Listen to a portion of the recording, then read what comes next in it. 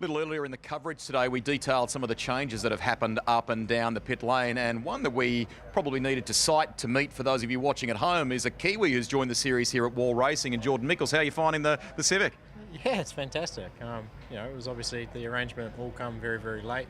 I think it was Monday I signed the contract and sent it back, and then desperately trying to find flights and everything else. But it's just a fantastic opportunity to be part of such an exciting series. So yeah, really enjoying it. Cool. A lot of excitement back home in New Zealand as well about the summer series. What can you tell us about your potential involvement there and things like that? You would definitely want to do that. I think it's an exciting thing coming to New Zealand.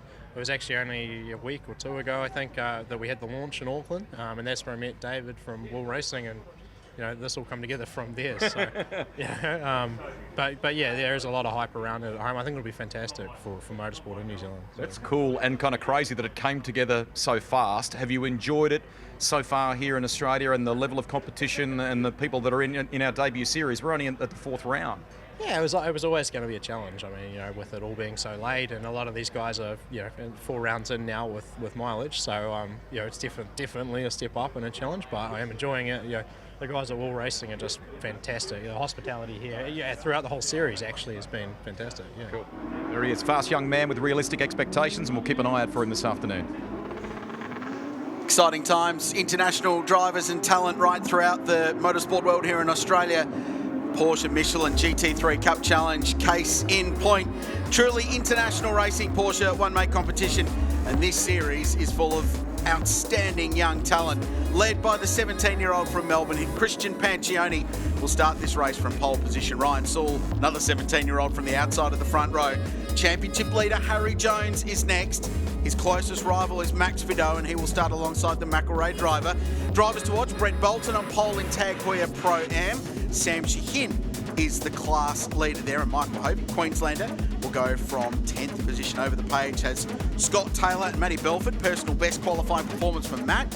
Andrew Goldie leads the way in Class B in his race-long battle with David Gregg. Ross McGregor's off the back after taking a couple of new tyres. He flat-spotted his new rubber in qualifying. Greg Rust has run upstairs to join me for the 199th race in the history of the Porsche Michelin GT3 Cup Challenge. Rusty, this is a great track for racing. This has all the potentials of a true thriller. Sure does. 199. We're going to crack 200 a little later today. Very special milestone for this class, and my buddy here has done most of them. We're set to go racing. Christian Pancioni getting that breakthrough pole position earlier today. Ryan Sewell, great start though. And what about Max Vidot? He has launched off the line like a lightning bolt, but he's on the outside as they run to one, tries to get it done, and will sweep round the outside on the cold rubber. Pancioni trying to sneak up, but he's shut the door. Max has got it done. What a start. Outstanding launch from the South Australian, and starts have been key in this championship all year.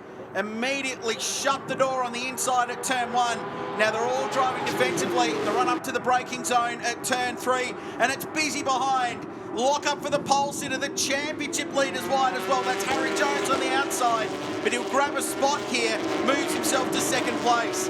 But what a launch from Max Vidot. They were all talking in the paddock, Rusty, that the drivers, 2nd, 4th, 6th, they're on the rubbered up side of the road. It's the racing line that gives them a slight advantage, even though they didn't have the outside run into turn 1 off the road. Sewell, it's all coming unravelled for the 17-year-old. There's another one off there as well in the centre part of the track. What a shame. That was a great piece that we had just prior to the start of this race with Aaron Noonan. Such a professional young guy, but he finds himself now second last. Max makes maximum advantage on cold tyres. He leads the way from the series leader, Jones, then Pancioni, our pole sitter, Crick. Cameron Crick is up to P4. Was Aaron Love the other driver off?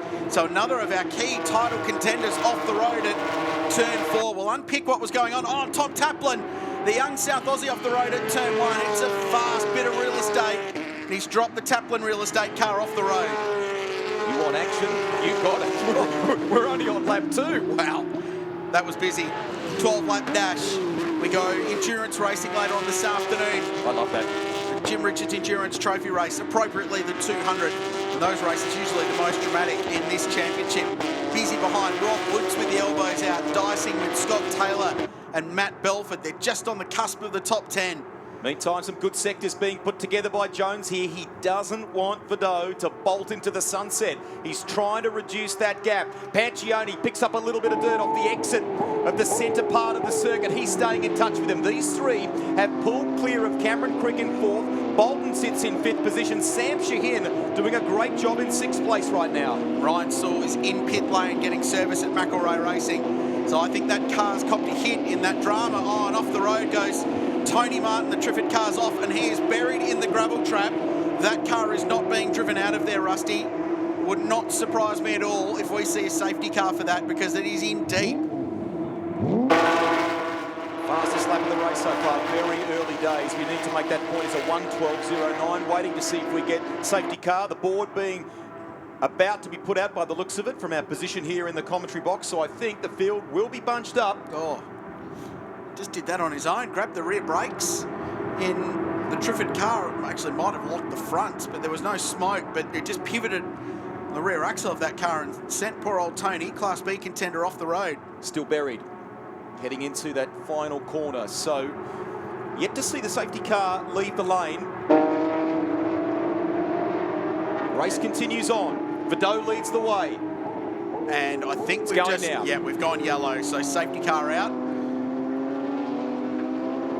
And this race will be held for a moment and everyone can take a breath, and we'll try and unpick for you what happened up at turn 4, because the field was rattling in there. Ryan Saul didn't make, well, he made a good start, but it was all boxed in the run up into turn 3 as they were going around the outside. Emma Notafrancesco is down in the lane.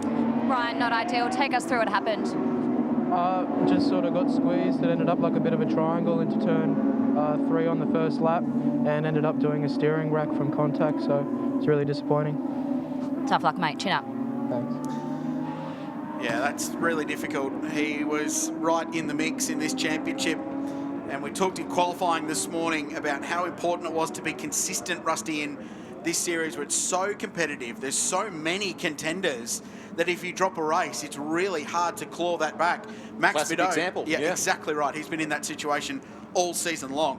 What about that start, though? Mighty, absolutely mighty. So if you've just joined our coverage, we are behind the ANCAP Hyundai safety car here at the Shannons Nationals. You're watching the latest round, the first race of the weekend for the Porsche Michelin GT3 Cup Challenge. So good test for some of these youngsters up in front now. A little bit of a reset, things cool off a little bit. Pancioni, the pole sitter, is off or out of position 3 in the queue, but it's Max Vidot leading the way. Ryan Saul trundling back up the pit lane, but what a blow to the start of his weekend here, the McElroy Racing driver. Yeah, and I thought they may have sent him back out, but he's driven that car to the back of the paddock, so very much out.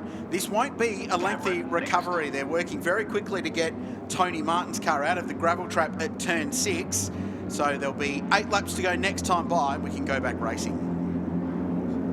Mike Henry, I should say, of Sonic Motor Racing Services. Max Vidal leading this race.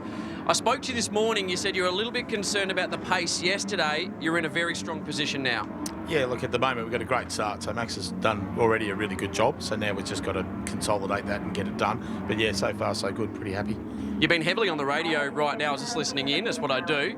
Talking about getting some heat and temperature and keeping the temperature into these tyres. Is that a real concern at Queensland Raceway on the restart? Yeah, because it's such a short lap. It takes a long time to get the tyres up. So once you get them up, you've got to keep them up.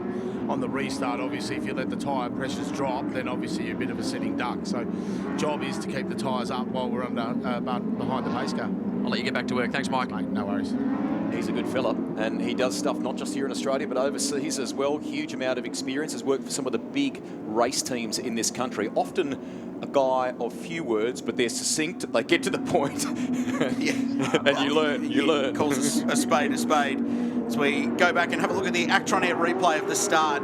Perfect launch from Max Vidot. They measure starts in the 0 to 100 time, like performance car testing, and that will be under 3 seconds in a good cup car launch is rapid.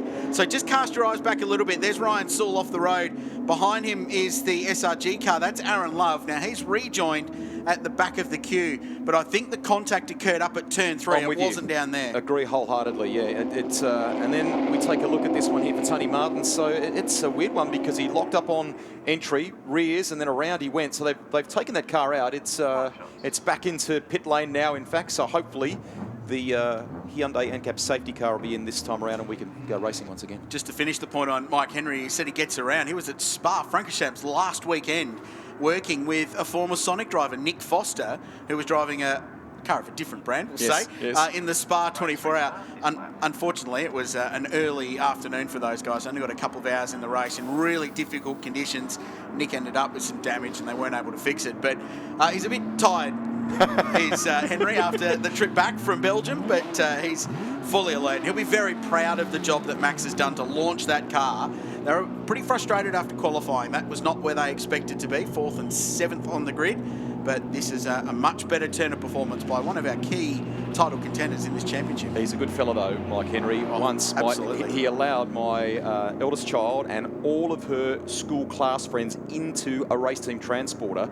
We got this amazing photo of everyone in there and they had a good look around and got to sense and understand a bit more of racing. Let's concentrate on that now because we're about to go racing once again. All that words of wisdom about the restart and the need to get the tyres up to temperature. Vidot will control the field here.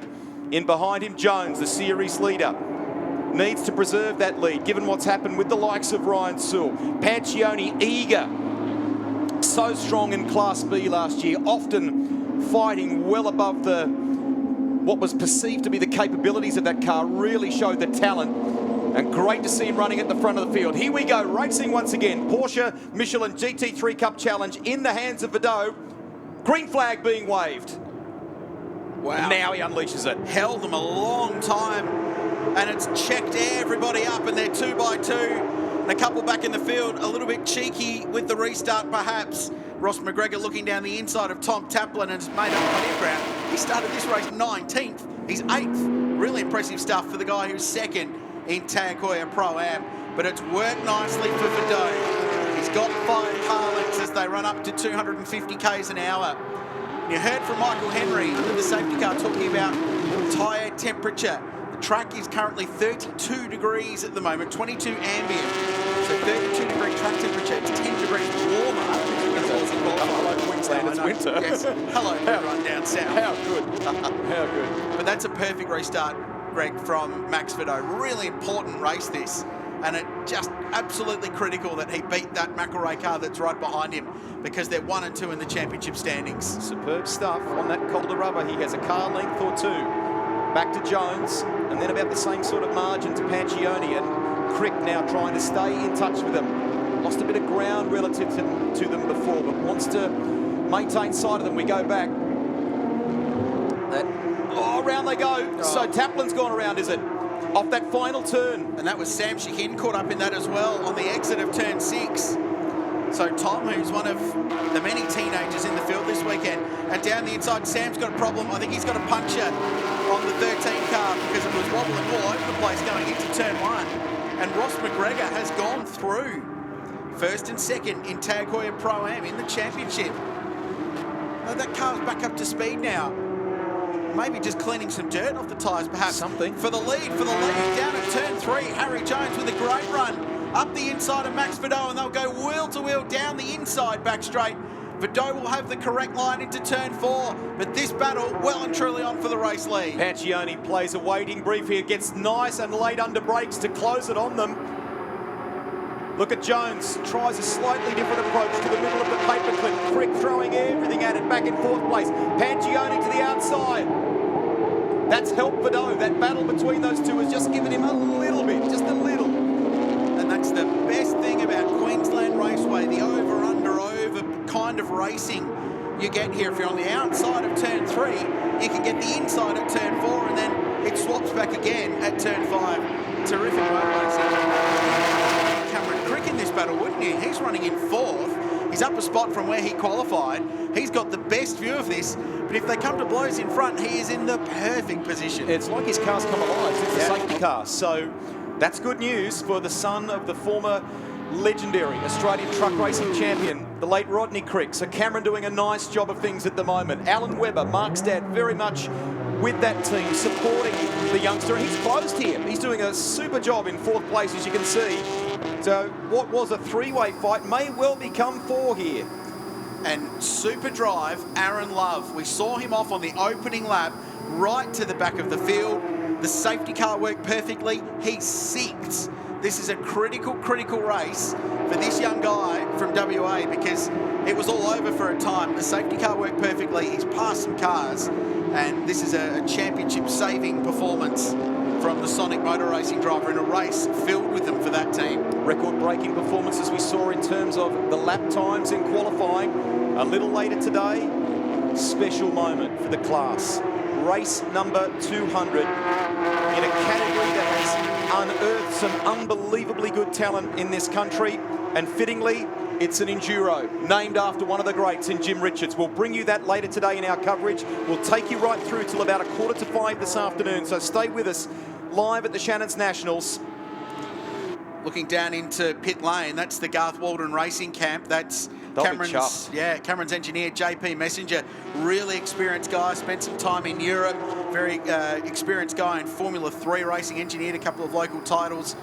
He's a smart guy to have on the headset. He'll be speaking words of wisdom to his young charge, who's running really well in 4th place. Just noticed as well, a couple of 5-second penalties have popped up on the timing screen. Matt Belford and Ross McGregor. Now, they could be for 2 things. Start infringement, so rolling or jumping the start, or potentially a restart infringement. We'll clarify that with race control. But they're all checked up back in the pack, Rusty, on the restart. And I think there was some overlapping that occurred before they got to the control line. And I think that might result in a few penalties. And Stephen Johnson, who's the category driver standards advisor, will be looking at that closely in race control. Was that a line out of the Beatles or Paul McCartney? Or was it when you said your little line there before about speaking words of wisdom? I love it. And Stephen Johnson's very good for that, isn't he? So, let it be, let it be. Was that the lyric? Yeah. These blokes won't let it be because that is not in their nature. Back at the front, Vidot. Fastest lap, though, belongs to Jones, and he has a look again, going down to 3s on the outside. Great stuff, great racing in this class. He's trying to get the inside running to the middle part of the track, the inner part of the paper. Oh, they touch! They touch! Oh, nearly wow. Come to serious blows. Vidot and Jones, thankfully, play on. They play on, but it's good for Pancioni. Trying to sneak down the inside. Now they touch, a little one, just a minor one, but it's enough to sneak by. Jones back to 3rd. Harry Jones won't like that exchange that started on the run into turn 2. He was just squeezed of room on the exit. I think Harry felt like he had enough room, but Max Vidot was not going to make it easy for him. Pushed him across to driver's left, and then when they went down side by side, down into turn 4, Pancioni had a half a look. There was just the slightest little bit of contact, and it unloaded the Helimods car. There's been a change of position. So this is how it started. So this is back on the exit of turn 3. They're wheel to wheel there. Hey, press play, mate, will you? Just press play for us. I'm a bit slow on that. Oh, wow. That was a significant bit of contact. And great driving from Vidot to hold on to that. And there's the next little bump and run. And that just unloads the rear of the Helimods car and allows Pancioni through. Now, I think race control might well just take a little bit of a squiz at that one after the race. Yeah, it looks sort of innocuous or minor, doesn't it? But it's just enough to enable him to get through. So a bit of review to be conducted during this race and post it would seem. Meantime, Max Vidot with a half-second lead up front from Christian Pancioni. Well, and you'd never believe there'd be differing opinions in motorsport, but I can explain how this will go to the T, Rusty. McElroy Racing will say, well, we were moved out of the way. Ash Seawood Motorsport with Pancioni will say, well, he was running wide. We had a legitimate look up the inside, and then he pulled back across to take his line, and there was contact.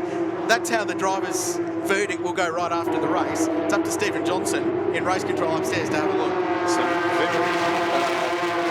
What's the word for it? I won't call it acting, but I'd love to be a fly on the wall in some of those moments. There are some very good politicians come influencers, shall we say, in those moments, and that's their job. That's what they've got to do, not just what's happening on the racetrack. You fight for it. Speaking of fighting for it, Pancioni on the outside. Vidot goes defensive. Big speed, as Richard detailed before, as they go down the back straight into turn 3. Over and under. Pancioni looks for a different line off the exit, and Jones has regathered. He's got it back together here, and he is right on the tail of these two. Vidot really struggling all race out of turn 2, and it's opening him up. We're on the last lap. There's 3 corners to go. And the young South Aussie, who made a superb start, he's already won 5 times this season, but he's only second in the championship. He's got 1 corner to hold on, and he places the bright orange and yellow Porsche right in the middle of the road. Jones is in the mix, and there's contact between himself and Pancioni. He's going to nick a spot here, Harry Jones, right to the line. The 199th goes the way of Max Vidot, and Harry Jones wins the drag race for second by 0.5 of a second. Was that the return in the play that happened earlier in the race? He got, if you want to say even or squared the ledger in some respects, which happens in racing sometimes, and again, a very minor looking thing, made it work for him. Yep. Absolutely made it work. And I'm by no means in charge. No, but me either. I would say that's square. Yeah. Let them go. That's how they started. They got there in the end, and Jones ended up in front. That was fantastic, hard motor racing. Wow. Didn't the 199th deliver? Absolutely. And hasn't it sort of created some stories for us within the bounds of the series? Really difficult start to the weekend for Sewell, in racing terms at least. But Max Vidot, who's been up and down this season, that's great confidence for the South Aussie. He wins the first one of the weekend from championship leader Harry Jones. Pancioni, nice stuff by the pole sitter to round out that top 3.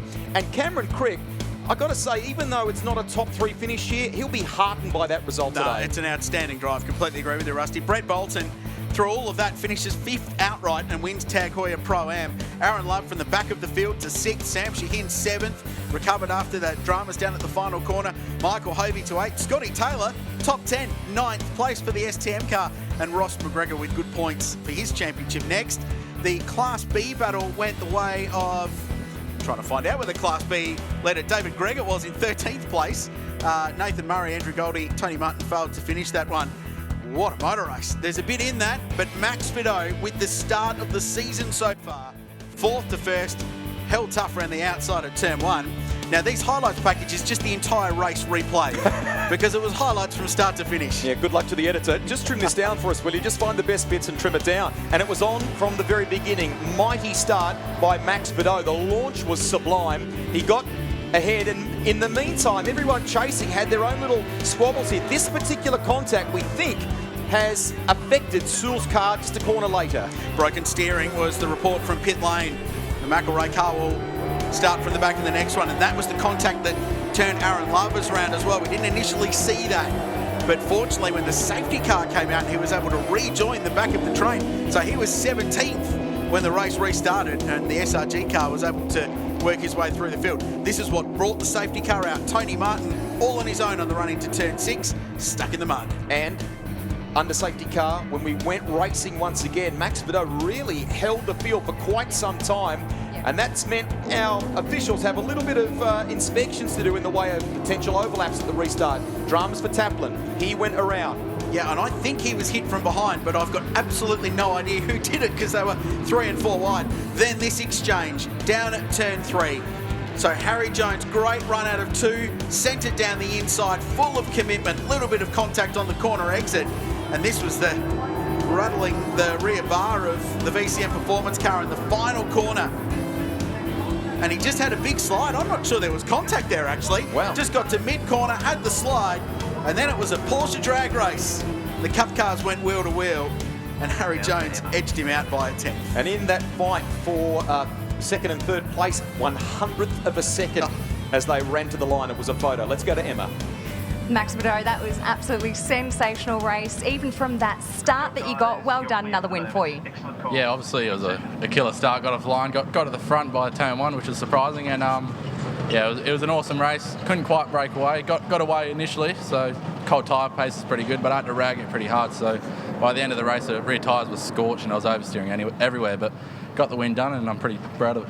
Great timing as well, because that championship is heating up. You really needed those points. Yeah, exactly. After Sydney, we've been on the back foot the whole time, so now it's just about pressing on and getting the job done.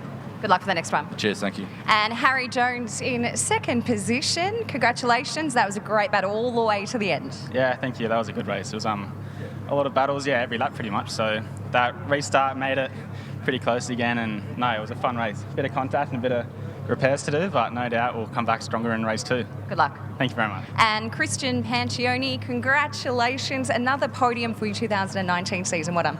Yeah, thank you. Yeah, it was a bit of a tough race, and I don't think I was pushing hard enough at the start, and I got a bit of a gap. But yeah, we had an awesome race car. Thanks to the team at Ashfield Motorsport. I think we can race from where we are, and hopefully we make back some positions. Couldn't ask for a better day. How are the conditions out there?